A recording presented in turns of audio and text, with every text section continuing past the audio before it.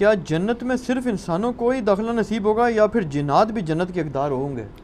یار دعا کریں انسان ہی پہنچ جائیں جنت میں، کیونکہ یہاں تو بریلوی دیوبندیوں کے جانے پہ راضی نہیں ہے، دیوبندی بریلویوں کے جانے پہ راضی نہیں ہے، اہل حدیث جو ہیں وہ ان دونوں کے جانے پہ راضی نہیں ہے، شیعہ سنیوں کے جانے پہ راضی نہیں ہے، اور سنی جو ہے وہ شیعہ کے جانے کے اوپر راضی نہیں ہے۔ بلکہ آپ کو یاد ہوگا آپ کے ساتھ ہی ایک دفعہ میرا وہ کوسچن آنسر سیشن چل رہا تھا، اس میں آپ نے ایک جملہ میرے اوپر کس دیا تھا۔ جی ہاں، تو میں اسی کو ریپیٹ کرتا ہوں۔ وہ جو انیف ڈار صاحب نے ایک مضمون لکھا تھا نا، انہوں نے کہا تھا کہ جو جنت ہے وہ ونڈرز سے بھرپور ہوگی، ٹھیک ہے۔ شیعہ جو ہیں صحابہ کو جنت میں دیکھ کے پریشان ہو جائیں گے، ٹھیک ہے، ان کو اطراء نکل جائے گا یار یہ بھی جنت میں۔ سنی جو ہے وہ شیعہ کو جنت میں دیکھ کے پریشان ہو جائیں گے کہ یار ان کو تو ہم نے فنڈنگ لے کے کافر قرار دیا تھا، ٹھیک ہے۔ اور بریلوی دیوبندیوں کو دیکھ کے پریشان ہو جائیں گے، دیوبندی بریلویوں کو دیکھ کے پریشان ہو جائیں گے۔ تو اس پہ آپ نے جو کچھ کہا تھا وہ دوبارہ ریپیٹ کر دیں۔ میں نے کہا تھا آپ کو دیکھ کے سارے ہی حیران ہو جائیں گے۔ میں نے کہا تھا آپ کو دیکھ، کیونکہ میرے اوپر تو اجماع کیا ہوا نا ان کے مولویوں نے۔ اچھا علی بھائی، انشاءاللہ ان کو حیرانگی ہوگی انشاءاللہ۔ اس سوال سے ایک اور بات ذہن میں آ گئی ہے کہ یہ جو جنات ہوتے ہیں ان کے بھی کوئی باقاعدہ فرقے ہیں؟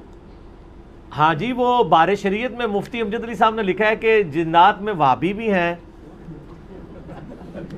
اور سنی بھی ہیں، شیعہ بھی ہیں۔ ظاہر ہے یقیناً وہی گمراہیاں جو یہاں پائی جاتی ہیں وہاں پہ پائی جاتی ہیں۔ انبیاء ان کے اپنے الگ ہیں یا ہمارے؟ نہیں، انبیاء یہی ہیں، اس پہ اجماع امت ہے کہ پیغمبر ان کے وہی ہیں، کیونکہ اگر یہ چیز ہوتی تو اسپیسیفکلی اللہ تعالیٰ ذکر کرتا، ٹھیک ہے، انبیاء کے پیغمبر۔ اب اس طرف آج جنت میں اس کے بارے میں ویسے صوفیاء کے ہاں یہ رائے پائی جاتی ہے، چونکہ وہ جذباتی ڈاکٹرائن کو لے کے چل رہے ہوتے ہیں۔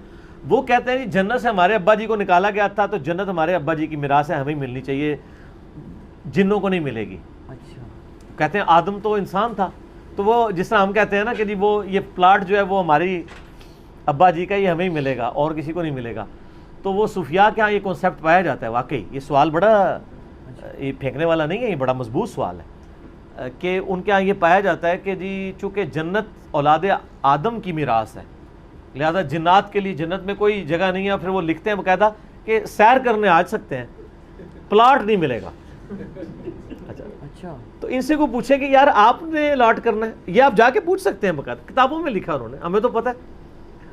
تو آپ سے پوچھ کے تو اللہ نے الاٹ نہیں کرنا۔ اور جنت اتنی بڑی ہے کہ وہ بخاری مسلم حدیث ہے، جو سب سے آخر میں جنت میں جائے گا نا، جو سب سے ادنا درجے کا جنتی ہے، دوزخ سے نکالا جائے گا، اس کو بھی اس روئے ارض سے 10 گنا بڑی جنت ملے گی، سبحان اللہ، یعنی 10 میریکل پلانٹس ارتھ کے برابر اس کو جنت ملے گی۔ آپ تو ایک پلاٹ کے اوپر طرح سے اگر آپ کو 40,000 کلومیٹر کرۂ ارض کا یہ اتنا بڑا گولا پورے کی پوری زمین ہی مل جائے، آپ کو صرف ایک ملک ایک صوبہ بھی دے دیے جائے، آپ کہیں گے بہت ہے۔ تو ادنا درجے کے جنتی کے لیے 10 زمینیں ہیں، تو جو اعلیٰ درجے کے ان کو تو آپ چھوڑ دیں گے، کیا ہے اوروں والا سلسلہ طارق جمیل صاحب سے پوچھ لیے گا، وہ میری کمپیٹنسی نہیں ہے۔ اچھا، تو قرآن حکیم میں ایک صورت ایسی ہے جس میں کیٹاگوریکلی اللہ تعالیٰ نے 31 ٹائمز 31 دفعہ جنوں اور انسانوں دونوں کو بیک وقت ایک سیغے سے مخاطب کیا، تثنیہ کے سیغے سے۔ آپ کو پتہ ہے نا عربی میں واحد ہوتا ہے، اس کے بعد تثنیہ اور پھر جمع ہوتا ہے۔ تثنیہ ہوتا ہے یعنی جس میں 2 شامل کیے جائیں، عربی میں جمع 3 سے شروع ہوتی ہے۔ رب المشرق والمغرب، رب ہے مشرق اور مغرب، یہ سنگولر کا سیغہ۔ رب المشارق والمغارب، کئی مشرقیں اور کئی مغربیں، اور رب المشرقین اور رب المغربین، مشرقین اور مغربین، وہ دو تو یہ تثنیہ کے سیغے ساتھ قرآن حکیم میں ایک صورت ہے، وہ ہے سورۃ الرحمن۔ فَبِأَيِّ آلَاءِ رَبِّكُمَا، کم نہیں آیا، کما آیا ہے۔ اے جنوں انس کے 2 بھاری گروہ ہو، تم اپنے رب کی کون سی نعمتوں کو یا قدرت کی نشانیوں کو جھٹلاؤ گے؟ کیونکہ دوزخ کی آیات کے بعد بھی ذکر آتا ہے نا، تو دوزخ تو نعمت نہیں ہے۔ تو وہ مودودی صاحب نے صحیح ترجمہ کیا، انہوں نے ہر دفعہ اس کا ترجمہ چینج کیا ہے، کیونکہ اعلیٰ کا مطلب ہوتا ہے قدرت کی بڑی نشانی، جنت بھی بڑی نشانی ہے، دوزخ بھی بڑی نشانی ہے۔ تو وہاں پہ جب جنتیوں دوستیوں کا ذکر ہوا ہے اور کہا مجرمین اپنی شکلوں سے پہچان لیے جائیں گے، ماتھے سے گھسیٹے جائیں گے، اور ولیعوذ باللہ اللہم اجرنا من النار، اس کے بعد پھر آیا فبی آلاء ربکما تکذبان۔ تو جن و انس دونوں کو مخاطب کر کے دوزخ کا ذکر بھی ہو رہا ہے سورۃ الرحمن میں، اور جن و انس دونوں کو مخاطب کر کے جنت کا ذکر بھی ہو رہا ہے، بلکہ جنت کا سب سے زیادہ ذکر اسی صورت میں ہوا ہے اور دوزخ کا بھی۔ تو اس کے بعد تو کوئی گنجائش نہیں رہنی چاہیے اس تذبذب میں بندہ پڑھ جائے کہ بھی جن بھی جنت میں جائیں گے کہ نہیں، جن بھی شریعت کے مکلف ہیں، ان کے لیے بھی اینڈ رزلٹ وہی ہوگا، وما خلقت الجن والانس الا لیعبدون۔ یعنی اللہ کی شریعت کی دو ہی مخلوقات پابند ہیں نا، جن اور انس، جو اپنی مرضی سے چوائس کرتے ہیں، باقی جو ہیں وہ تو فرشتے تو ویسے ہی پابند ہیں، اور جو جانور ہیں ان کے اوپر شریعت ہی کوئی نہیں ہے۔ اپنی ول سے گاڈ کو یعنی اوبے کرنا، یہ صرف انسان اور جن کے پاس اللہ نے رکھے۔ اور سر میں اس پہ اکثر جملہ بولتا ہوں، اپنی مرضی سے اپنے خدا کو چوز کرنا، یہ وہ بڑی کوالٹی ہے جو جبرائیل کے پاس بھی نہیں ہے۔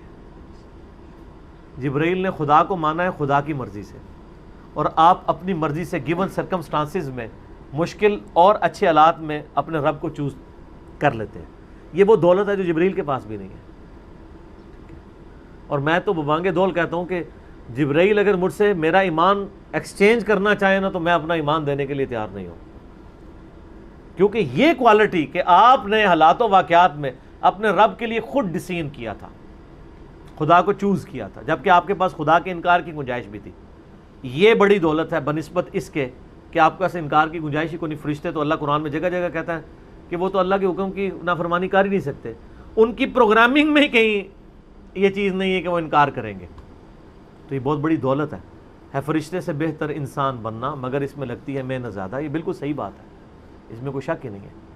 تو لقد خلقنا الانسان فی احسن تقویم، انسان آسانی تقویم تھا، لیکن بعد میں اگر ثم رددناہ اسفل سافلین، خود وہ گر گیا پستی میں، اس کا اپنا معاملہ ہے۔ اللہ تعالیٰ نے اسے سب سے بہتر مخلوق کے طور پر بنایا۔ اس میں بلکہ میرے ایک کوشچن آنسر سیشن آپ کے ساتھ ہی وہ ایک سوال بھی ریکارڈ ہوا تھا کہ کیا انسان اشرف المخلوقات ہے، تو میں نے ثابت کیا تھا واقعی اللہ کی کریشن کا یہ کلائمیکس ہے، اور اس کا سب سے بڑا ثبوت ہے کہ اس کائنات میں اللہ کی سب سے محبوب ہستی اللہ تعالیٰ نے اس سپیشیز میں مبعوث کی ہے جو انسان ہے۔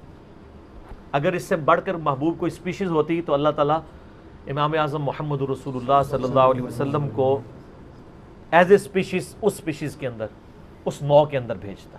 یہ انسانوں کی بہت بڑی خوش قسمتی ہے اور انسانیت کو ناز ہے اللہ کے محبوب صلی اللہ علیہ وسلم کی مبارک ذات کے اوپر کہ وہ بھی انسان تھے۔